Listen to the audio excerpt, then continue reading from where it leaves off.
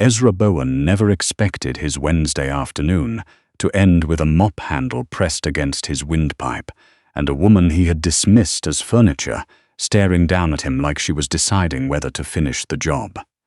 He had walked into the Lantern Hill Hotel to collect what he was owed.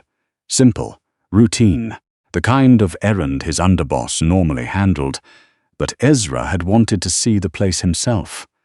This stubborn little hotel on the edge of the 9th Ward that had been refusing his family's protection arrangement for going on 3 weeks now.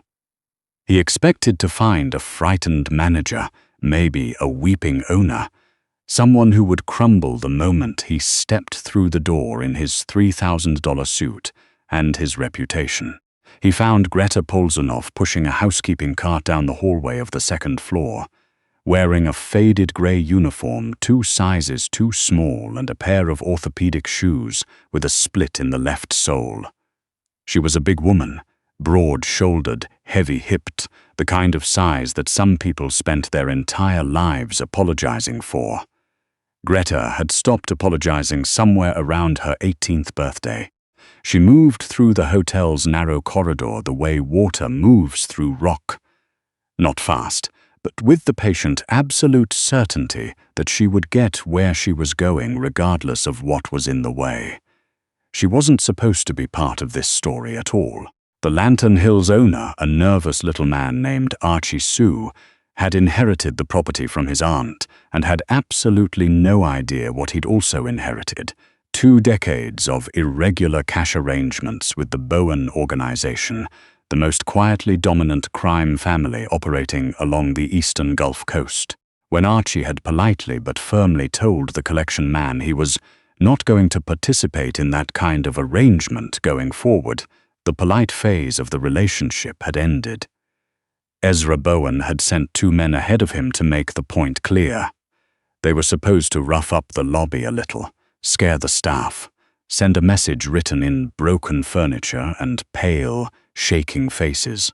Instead, one of them was currently sitting on the floor of the 2nd floor linen closet with a concussion and a broken wrist, and the other had limped back down to the lobby and was refusing to explain exactly what had happened to him.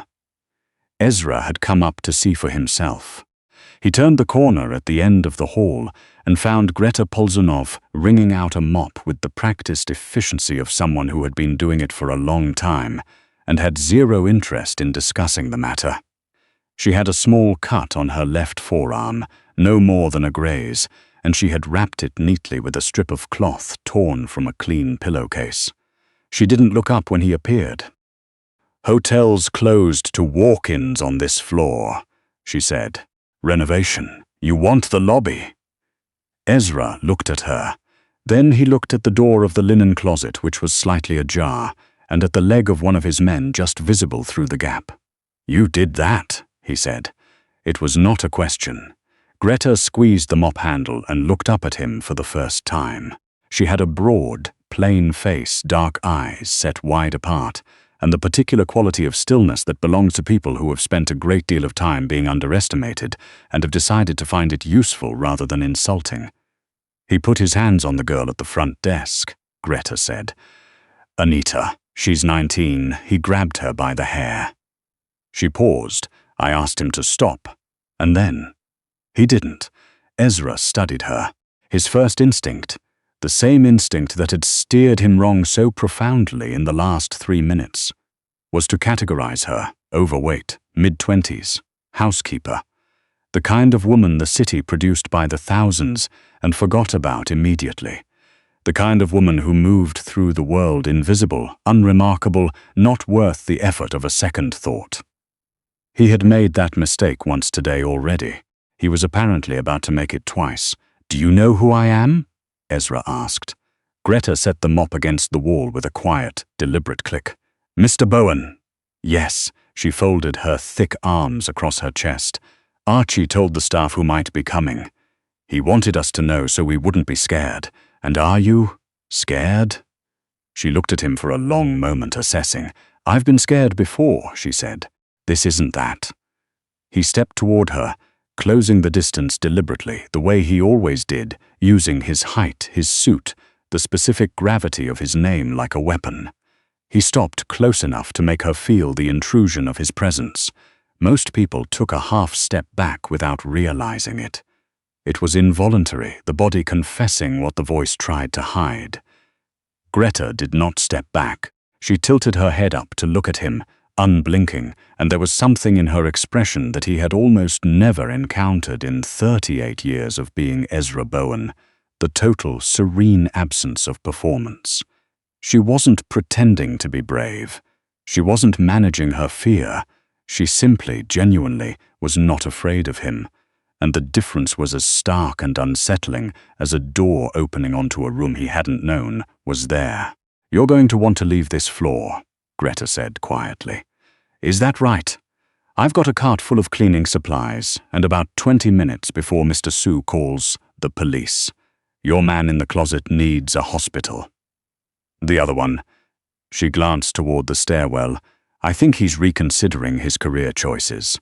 You can make a clean exit, or you can stand here and let the situation get more complicated." She paused. "Your call." Ezra stared at her. For the first time in longer than he could remember, he did not know what to say. He left, not because he was afraid of her. He told himself that immediately, firmly in the elevator, on the way back down to the lobby, where his second man was sitting with his head in his hands and still not talking, he left because the situation had become irrational. And Ezra Bowen did not deal in irrational situations. He dealt in math, in leverage, in the clean, reliable arithmetic of power and consequence. He needed more information. He had people find out everything about her by the following morning. Greta Polzunov, 26 years old. Born in Trenton, New Jersey, to a Ukrainian mother who had worked double shifts at a textile plant for 17 years before her knees gave out. Father unknown. Greta had grown up in a 2-bedroom apartment shared with her mother and 2 aunts, and had learned, very young, that space was something you had to occupy fully, or someone else would take it from you. She'd had a partial scholarship to a state school, had lasted a year and a half before her mother's health made it necessary to come home, had been working at the Lantern Hill for 4 years, was regarded by management as, and Ezra's man had actually written this down verbatim from the assistant manager's description, the person you want handling anything that goes wrong. He read that last line 3 times. What the report did not contain, what none of his people had found, because they hadn't thought to look for it, was the part of Greta Polzunov's history that explained everything. Ezra didn't find it until he went back to the hotel himself. He came alone this time, no men, no suit. He wore a plain dark jacket, the kind of thing that didn't announce itself. He arrived on a Thursday evening during the shift change and found Greta in the service corridor behind the kitchen, signing off on a linen inventory with the focused attention of someone who found the work genuinely interesting. She heard him coming and didn't look up. "You came back," she said. "I wanted to talk. People who want to talk usually call ahead. I didn't have your number." She looked up at that, and something shifted briefly in her expression. Not a smile exactly, but the suggestion of one, filed away before it could become anything. "What do you want, Mr. Bowen?" "An explanation," he said. "For the other day? How?" Greta set the clipboard down. She turned to face him fully, and again he had that strange sensation of encountering a weight he hadn't accounted for. Not her physical size, though she was substantial and unashamed about it, but some denser quality underneath. A solidity that had nothing to do with mass. "That's a strange thing for you to want. Humor me." She was quiet for a moment. Then she said, "My uncle Stepan ran the maintenance crew for the Donetsk Grand Hotel for 22 years.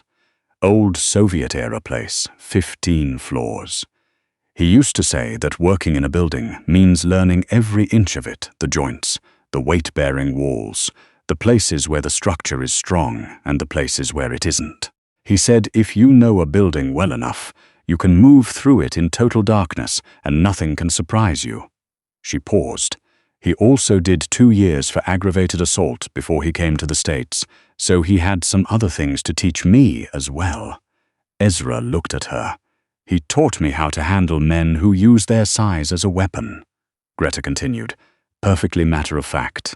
He said, big men lean on their weight without thinking about it. They reach, they lunge. They assume the force is coming from their body and don't account for someone who knows how to redirect it. She tilted her head. Your man grabbed Anita with his right hand, which put his weight on his right side. I took his wrist at the joint, stepped left, and let him fall past me into the wall. The wrist broke on the wall, not from me. She picked up the clipboard again. Uncle Stepan would have called it efficient. Ezra was quiet for a long moment. Then he said, and the other one? Hit his head on the cart, mostly his own fault. He was trying to run and wasn't watching where he was going. Despite himself, despite everything, Ezra almost laughed. He caught it before it escaped, rerouted it into a careful, neutral expression. You're not what I expected, he said. No, Greta agreed. People usually aren't. He came back again on Saturday, then the following Tuesday, not always with a purpose he could clearly articulate. He told himself he was gathering information, assessing the situation, re-evaluating the Lantern Hills position in the organization's web of interests. This was partially true, but he also found himself at the hotel's small side cafe at 7:30 on a Tuesday morning, across a small table from a hotel housekeeper who was eating a breakfast sandwich with the methodical contentment of someone who had never felt the need to pretend food was anything other than necessary and good, and he was asking her questions about herself with a genuine curiosity he hadn't felt about another person in a very long time. What would you have done, he asked, if I'd sent more men? Greta considered the question seriously. Depends how many. 2 or 3, the variables are manageable. More than that. She paused, took a bite, chewed thoughtfully. The service elevator has a manual override that locks the mechanism from inside. The basement laundry has 1 exit point and a sprinkler system I know how to trigger selectively. The kitchen has a fire suppression vent that connects to the main corridor. She shrugged her broad shoulders. I know this building. You've thought about this. I think about everything. She looked at him steadily. You should know that. There was a quality to the way she said it, not threatening, not performing, just stating a fact the way you might mention the weather. That landed in his chest in a way he couldn't immediately classify. He had spent nearly 2 decades surrounded by people who were afraid of him. Soldiers who straightened when he walked in. Lawyers who chose their words like they were walking a high wire. Even the men he trusted most moved around him with a particular careful deference, the constant awareness of what he was and what he could do. He had stopped noticing it the way you stop noticing a sound that's always there. Greta Polzunov looked at him like he was a person. It was deeply disorienting. What shattered everything? What changed the weight and the direction of everything between them? Was the night Ezra Bowen almost died in the parking structure behind the hotel. It was 3 weeks after their first conversation. His organization had a problem. Harlan Cruz, a man who ran the Eastern Docks operation and who had, Ezra had recently discovered, been quietly funneling protection fees to a rival outfit run by a man called Serrano. Cruz knew he'd been found out. That made him dangerous. Ezra had arranged a meeting at neutral ground to deal with the situation cleanly. But Cruz had apparently decided that a cleaner solution was to simply remove the person who knew what he'd done. The 2 men came at him from the stairwell side of the structure at 9:20. Ezra heard them a half-second too late. He'd dismissed his driver for the evening, a decision he was instantly and comprehensively regretting. He got behind a concrete pillar and had his hand on his weapon. But there were 2 of them and they were positioned well, and the math was not working out in his favor. Then there was a sound like a freight elevator losing its brakes. Greta Polzunov came through the fire door at the far end of the structure, pushing a full commercial laundry bin at a dead sprint. An industrial canvas cart the size of a compact car, loaded with what turned out to be roughly 400 pounds of wet linens, moving at a speed that defied reasonable expectation for both the cart and the woman behind it. She hit the nearer of the two men clean in the back, pinning him against a parked sedan with a crash that set off 3 different car alarms. The second man swung his weapon toward the commotion, and Ezra took that half-second of distraction to close the distance and end the situation. He stood in the sudden ringing silence of the parking structure, the car alarms cycling through their noise, and looked at Greta. She was breathing hard, both hands still gripping the cart handle, the front of her uniform soaked through from the wet linens. There was a long scrape on her right forearm from the door frame. Her hair had come half down. She looked absolutely nothing like the kind of woman who appeared in his world, and she looked, at the same time, like the only person who had ever fit there without having to be folded into shape. "How did you know?" he said. "I saw them come in through the service entrance," she said, still catching her breath. "I know who belongs in this building and who doesn't." She looked at the man pinned against the car. "I didn't know if you had backup. I didn't." She stared at him. "That's very stupid, Mr. Bowen Ezra," he said, and then he said it again, because it had come out strange the first time, too quiet. "Just Ezra." Greta looked at him for a moment with those wide-set dark eyes, and something in her expression shifted, not softened exactly, but changed, the way light changes in a room when someone opens a window. "What happens now?" she said. "He'll be handled." He paused. "Tonight, actually. My people are all ready." He stopped. He never explained operational details to civilians. He had never once felt the desire to. He looked at her and felt it clearly, and didn't entirely know what to do with it. "He won't be a problem," he said instead. Greta nodded slowly. She straightened up, let go of the cart. She looked down at her soaked uniform and seemed to reach a decision about it. "I need to tell you something," she said. "All right, Harlan Cruz, the one who sent these men." She looked at him evenly. "He came to the hotel 6 days ago. He was asking questions about you. Whether you came here, when, alone or with people." She paused. "He said he was a business associate. He spoke to the front desk, but Anita flagged it for me." Ezra was very still. "You've known for 6 days. I was deciding whether to trust you with it." She said it without apology, without embarrassment, as a simple statement of reasonable caution. "I needed to know what kind of person you are.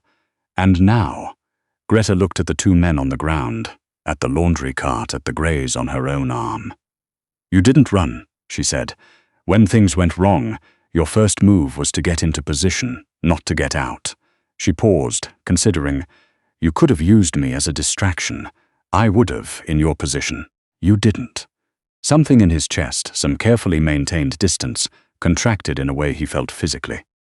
"You were already in the middle of it," he said. "I wasn't going to." "I know," she said. "That's what I mean."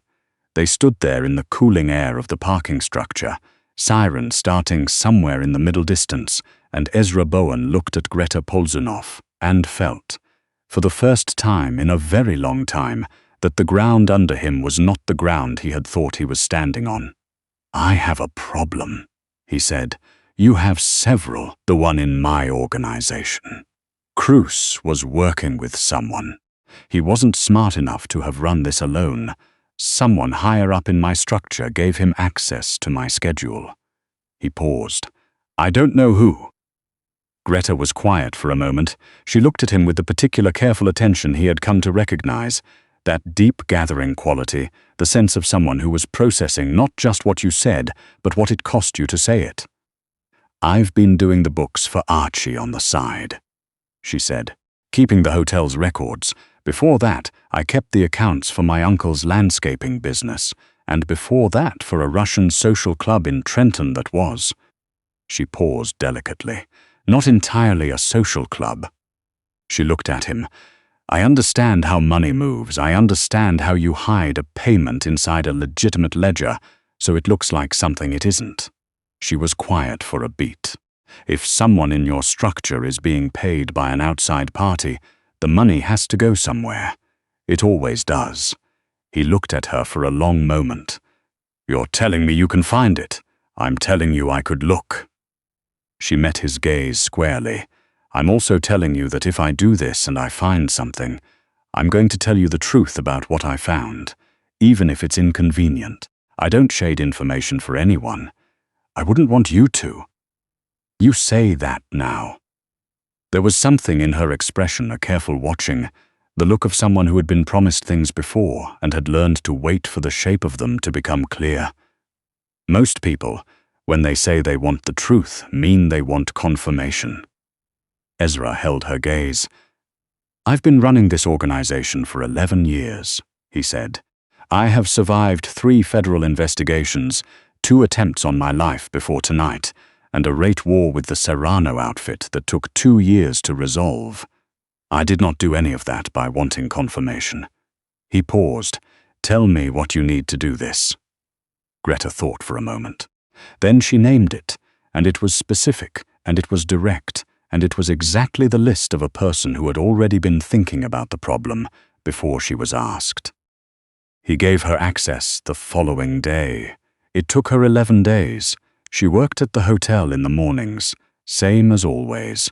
She took her breaks in the hotel's small back office, which Archie Sue had quietly made available without asking questions. She came to Ezra's building 3 evenings a week, sat at a conference table in a room he cleared of everyone else, and worked through the financial infrastructure of his organization with the same focused thoroughness she brought to a linen inventory. She didn't talk much while she worked. She brought her own coffee in a thermos. She took her shoes off under the table. She fell asleep once, briefly, at the table, and woke herself with a start, and did not acknowledge that it had happened and kept working. He found, during those 11 days, that he was rearranging his schedule to be in the building during those evenings. He told himself it was oversight. It was not oversight. On the 9th day, she found it. The money was moving through a catering company, a legitimate business, genuinely operating, that had a contract with 3 of Ezra's front properties. Buried in the invoicing, disguised as a supply cost fluctuation, was a payment structure that had been running for 8 months. $12,000 a quarter, routed in pieces, landing in a private account held under a name that was technically the name of a deceased great-uncle of one of Ezra's senior men, Warren Thielman. 41 years old, had been with the Bowen organization since he was 19, had been at Ezra's right hand through the federal investigations, through the rate war, through everything. Greta showed him the documents on a Thursday evening, laying them out on the conference table with the quiet precision of a surgeon presenting a diagnosis. She didn't explain what they meant. He could read them. She waited while he did. When he looked up, her expression was carefully neutral. Not cold, not indifferent, but the specific, contained quality of someone who understood that she had just handed him something that was going to hurt. "How certain," he said. "Completely." She paused. "I went back 18 months. The structure starts clean. 8 months ago it changes. There's no other interpretation." Ezra sat with that for a long moment. 11 years. He had known Warren Thielman for 11 years. He said nothing about this because there was nothing useful to say about it, and Greta was watching him with the careful, respectful distance of someone who understood the weight of what he was holding. "You could have gone to the police with this," he said finally. "I could have," she said. "Why didn't you?" Greta was quiet for a moment. Then, "I thought about it." In the first week, seriously, she looked at him directly. "But I've spent my whole life watching what happens to the people who try to use official channels against organizations like yours. It doesn't work the way it's supposed to." And more practically, she paused. "Archie's hotel sits in this neighborhood. The staff in this building are mostly women working 2 jobs, sending money home, raising kids alone. Whatever I do here has consequences for them." She held his gaze. I needed to know if I could trust you to handle this in a way that doesn't blow back on people who have nothing to do with it. He looked at her for a long time. And can you? I think so, she said. I'm not certain. She said it the way she said everything, without performance, without softening. I'm trusting you with that uncertainty. That should tell you something about how I've assessed the situation. Ezra stood up from the table. He walked to the window, 12 floors up, the city laid out below in its nighttime geometry of light and dark, and stood there looking at it for a while. He had faced worse. He had faced more immediately dangerous things. But there was something about this particular moment that felt in some way he couldn't fully name, like a line he was crossing that he would not be able to uncross. He turned back. I'm going to take care of Thielman, he said. Quietly, no collateral. It will not come back to the hotel or to you. He paused. And I need you to understand that after tonight's, the way I think about you, that's not going to be the same. I want to be clear about that before anything else happens. Greta looked up at him from the table. Something moved through her expression, not surprise exactly, but a reckoning, the specific quality of someone genuinely weighing a thing that matters. You don't know me, she said. I know more about you than you think, Ezra said. And what I don't know, I want to. That's a very controlled way to express something. I'm a controlled person. She looked at him for a long moment. The city hummed 12 floors below. I'm not going to become something convenient for you, Greta said quietly but without edge. I'm not going to make my life smaller so it fits into yours. I have a job. I have a mother whose medications I pay for. I have a building full of people I look after. I don't disappear into someone else's world just because they ask me to. I'm not asking you to disappear, Ezra said. He crossed the room. He stopped in front of her, and this time there was nothing predatory in the closeness. No tactic, no performance. Just proximity. Just the particular gravity of two people who had gotten through something together and were still standing. I'm asking if you'll let me into yours. Greta looked up at him.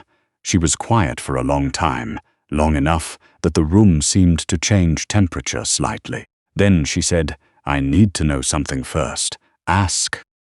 The people Cruz sent, the ones from the parking structure. She held his gaze.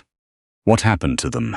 He told her the truth. He gave her the plain version, without dressing it up or down, and watched her face while he did. She listened with the same focused, undeflected attention she brought to everything, and when he was finished, she was quiet again for a moment, and then she said, Okay. You told me the truth when you didn't have to.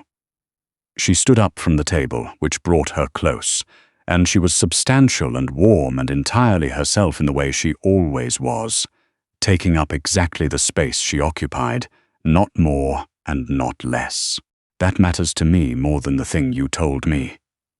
Ezra looked at her. He thought about the first time he'd seen her, pushing that housekeeping cart down the hallway, and how his mind had filed her away under a category that had turned out to be wrong in every particular. He thought about every assumption he had walked into that hotel carrying, and how systematically and without drama she had dissolved each one. He reached up and tucked a loose strand of hair back from her face, and she let him, watching him with those dark eyes. Her hand came up and closed around his wrist, not removing it, just holding it there, her grip warm and solid. I'm still not sure this is a good idea, she said. Neither am I, he admitted. Then we're starting from the same place. She looked at him, steady, direct, the way she did everything. Don't make me regret giving you the benefit of the doubt. I won't, Ezra said. And he meant it in the particular way a person means something they have never had sufficient reason to mean before. Outside, the city continued its business, indifferent and loud and ongoing. In the conference room on the 12th floor, surrounded by documents that had just rearranged the power structure of the Bowen organization entirely, the most dangerous man on the eastern Gulf Coast stood next to a hotel housekeeper from Trenton who had disabled 2 of his men with a mop handle and 400 pounds of wet laundry, and something between them settled into place like a joint finding its socket. Not easy, not simple, but real and solid and not going anywhere. Greta Polzunov had spent 26 years learning how to hold weight. She knew how to carry it without collapsing, how to set it down without dropping it, how to use it when the moment required. She had never thought of that quality as anything other than practical. Standing there in Ezra Bowen's 12-floor conference room with his wrist in her hand, and the city spread out behind him like a verdict, she thought, for the first time, that maybe it was also a kind of readiness.